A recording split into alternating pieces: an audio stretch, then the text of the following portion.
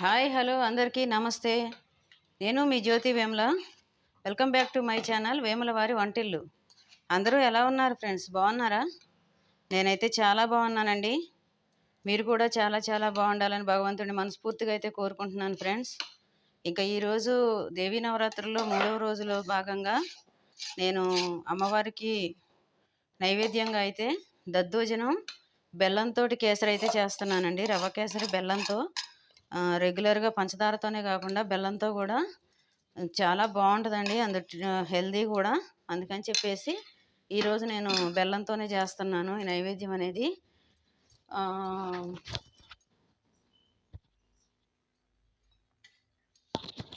ఇంకోటి ఏంటంటే ఈరోజు మేము అమ్మవారి పీఠం దగ్గర పీటల మీద కూడా కూర్చుంటున్నామండి.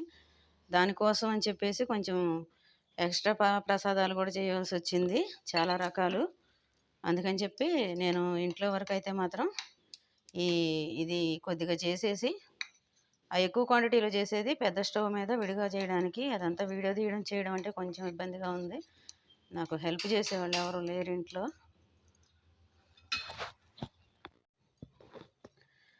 కాబట్టి ఇంకా లేట్ చేయకుండా మనం వీడియో అయితే స్టార్ట్ చేసేద్దాం ఫ్రెండ్స్.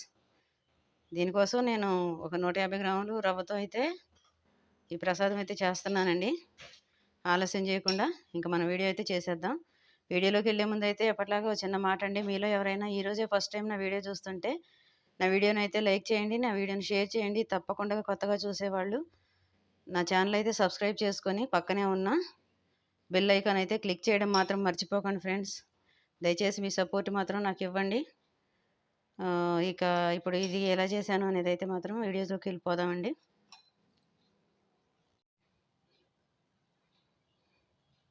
ఓకే ఫ్రెండ్స్, ఫైనల్గా మన బెల్లం కేసరి అయితే రెడీ అయిపోయిందండి. ఈరోజు నేను ఎప్పుడూ పంచదారతోనే కదా చేసుకునేది. ఈరోజు అయితే 3వ రోజు ప్రసాదంగా అమ్మవారికి బెల్లం కేసరి, తర్వాత దద్దోజనం అయితే చేస్తున్నానండి. ఈ కేసరి అయితే అయిపోయింది, ఇక దద్దోజనం చేయాలి.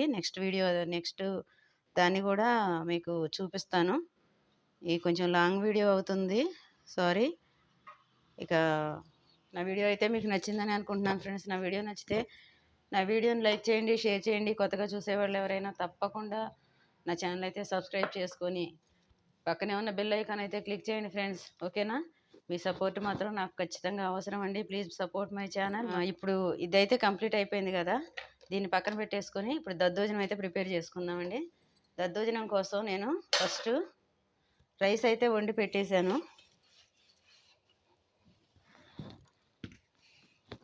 రైస్ అయితే వండి పెట్టేశానండి. ఇది ఓన్లీ వైట్ రైస్, అంటే సాల్ట్ వేసి వండి పెట్టేశాను. ఇప్పుడు ఇందులో మనం వేడి పాలు అయితే పోసుకోవాలి.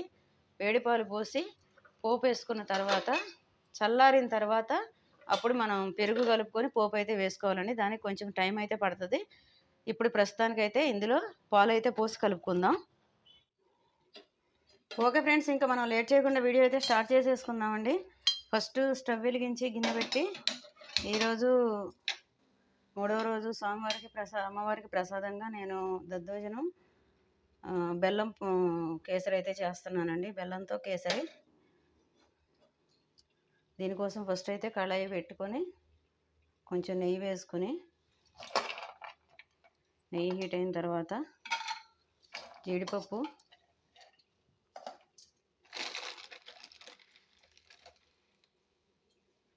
కొద్దిగా కిస్మిస్ అయితే వేయించుకుందాం ఫ్రెండ్స్. ఈరోజు మాకు ఈ ఇంట్లో పూజ కాకుండా మేమైతే అమ్మవారి దగ్గర పీఠం దగ్గర అయితే పీటల మీద కూర్చుంటున్నాం ఫ్రెండ్స్. అందుకని నైవేద్యాలు అయితే కొంచెం ఎక్కువే చేయవలసి వచ్చింది. అక్కడ లెక్కకు చేసే నైవేద్యాలు చేసుకొని నేను మామూలుగా మళ్ళీ ప్రత్యేకించి 3వ రోజు ఇక్కడ ఇంట్లో పెట్టుకునే దానికోసం అయితే ఇంట్లో పూజలోకి బెల్లం కేసరి అయితే చేస్తున్నానండి.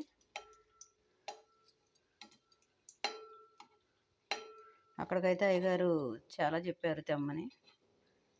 అవన్నీ వీడియో తీయాలంటే కొంచెం ఈరోజు పని కూడా ఎక్కువగా ఉంది.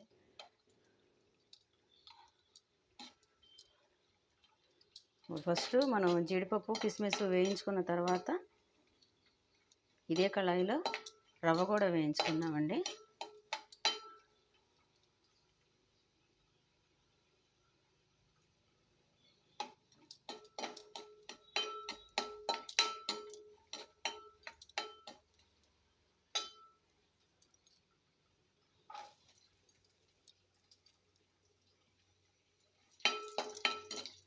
నేను చాలా ప్రసాదాలు ఉన్నాయి కాబట్టి కొంచెం క్వాంటిటీలోనే చేస్తున్నాను ఫ్రెండ్స్.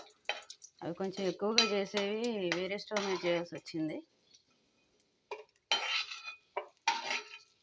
అదంతా వీడియో తీయడానికి కొంచెం ఇబ్బందిగా ఉందని ఇది మాత్రం కొద్దిగా నేను మామూలుగా ఇదే కళాయిలో ఇప్పుడు మనం సూజీ రవ్వ కూడా వేపుకుందామండి. నేను ఈ గ్లాస్ రవ్వ అయితే తీసుకుంటున్నాను. 150 గ్రాములు అయితే ఉంటుంది ఫ్రెండ్స్. ఇది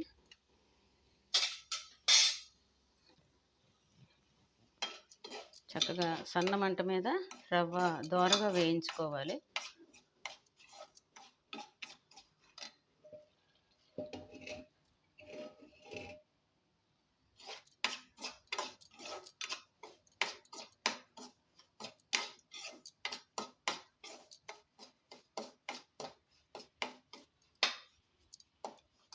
కొద్దిగా రవ్వ పచ్చివాసన పోయే వరకు వేపుకుంటే సరిపోద్ది ఫ్రెండ్స్.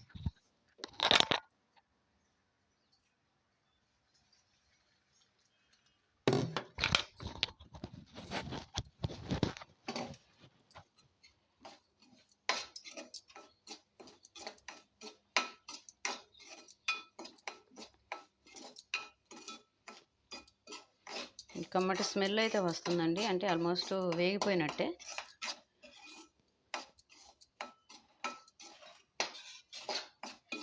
ఇప్పుడు దీన్ని దింపి పక్కన పెట్టేసుకుని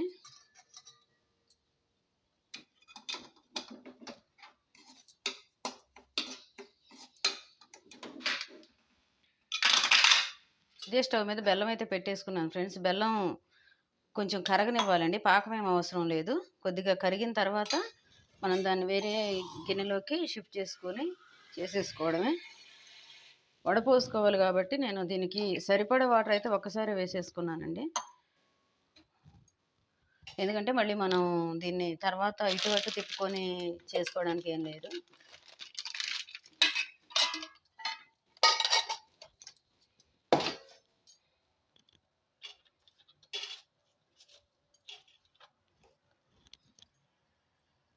ఇది కంప్లీట్గా కరిగిపోవాలండి. బెల్లం కరిగితే సరిపోద్ది మనకి.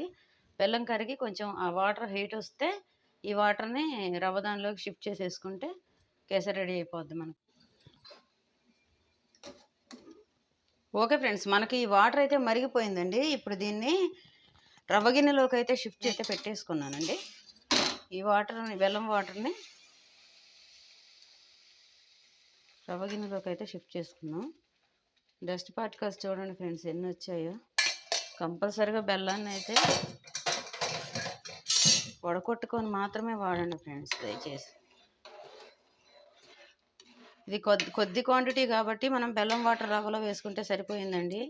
అదే ఎక్కువగా చేసేటప్పుడు అయితే అస్సలు మీరు ఇట్లా చేయొద్దు. ఆ ఎసరుని వేరే దానిలోకి ఉంచేసుకొని ఎసరు మరిగేటప్పుడు మాత్రం సన్నగా రవ్వ వేసుకోండి. అప్పుడే గడ్డలు గడ్డలు లేకుండా ఉంటుంది. చూడండి, కొద్దిగా క్వాంటిటీ అయినా సరే అక్కడక్కడ కొంచెం గడ్డ అయితే కట్టేసింది. కానీ మనకు లూజ్ ఉంది కాబట్టి ప్రాబ్లం లేదు.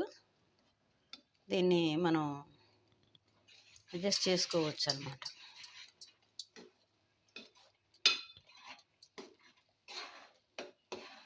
ఇంకే ఒక్క 2 నిమిషాల్లో మొత్తం అయితే దగ్గర పడిపోద్దండి. ఈలోగా మనం దీనిలో కొద్దిగా ఇలాచీ పౌడరు,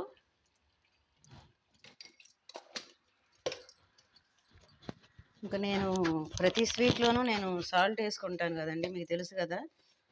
సాల్ట్ ఒక చిటికెడు,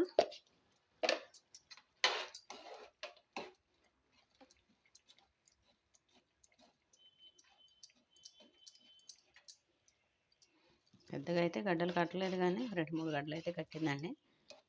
ఓకే, అయిపోయింది ఇది.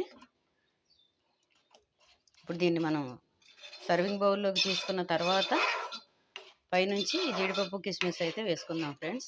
ఇది బెల్లంతో చేయడం వల్ల యాజ్ ఇట్ ఈజ్గా కలరు ఇలా వచ్చిందండి. లేదంటే మనం పంచదారతో చేస్తే మాత్రం దీనికి కంపల్సరీగా ఫుడ్ కలర్ అయితే వేయాలి. బెల్లంతో చేసుకోవడం వల్ల చూడండి ఎన్ని ఉపయోగాలు ఉన్నాయో. ఇది అయిపోయిందండి. ఇంకా దీన్ని అయితే డిష్ అవుట్ చేసేసుకుందాం, సర్వింగ్ బౌల్లో తీసేసుకుందాం. ఇప్పుడు ఇందులో పాలు అయితే పోస్తున్నాను ఫ్రెండ్స్. నేను కాచిన పాలు, అన్నం వేడిగానే ఉంది కాబట్టి ప్రాబ్లం లేదండి, వేడి పాలు పోసేసుకోవచ్చు. ఇప్పుడు ఇది నిదానంగా ఈ పాలు అన్నం మొత్తం కలిసేలాగా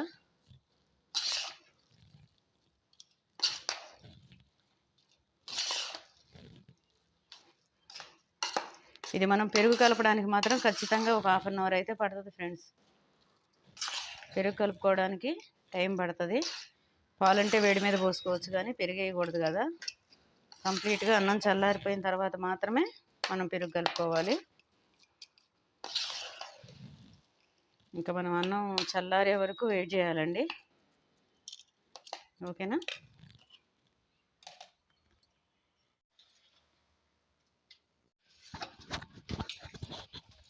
ఓకే ఫ్రెండ్స్, ఫైనల్గా మనకి ఈరోజు 3వ రోజు అమ్మవారికి నైవేద్యానికి ప్రసాదం అయితే మొత్తం రెడీ అయిపోయిందండి.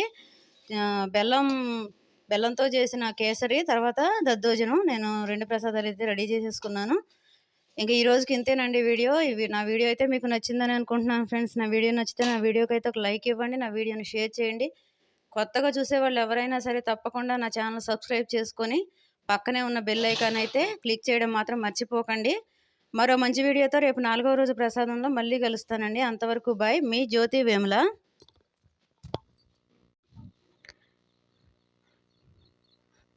గంట కొట్టడం మాత్రం మర్చిపోకండి. బాయ్.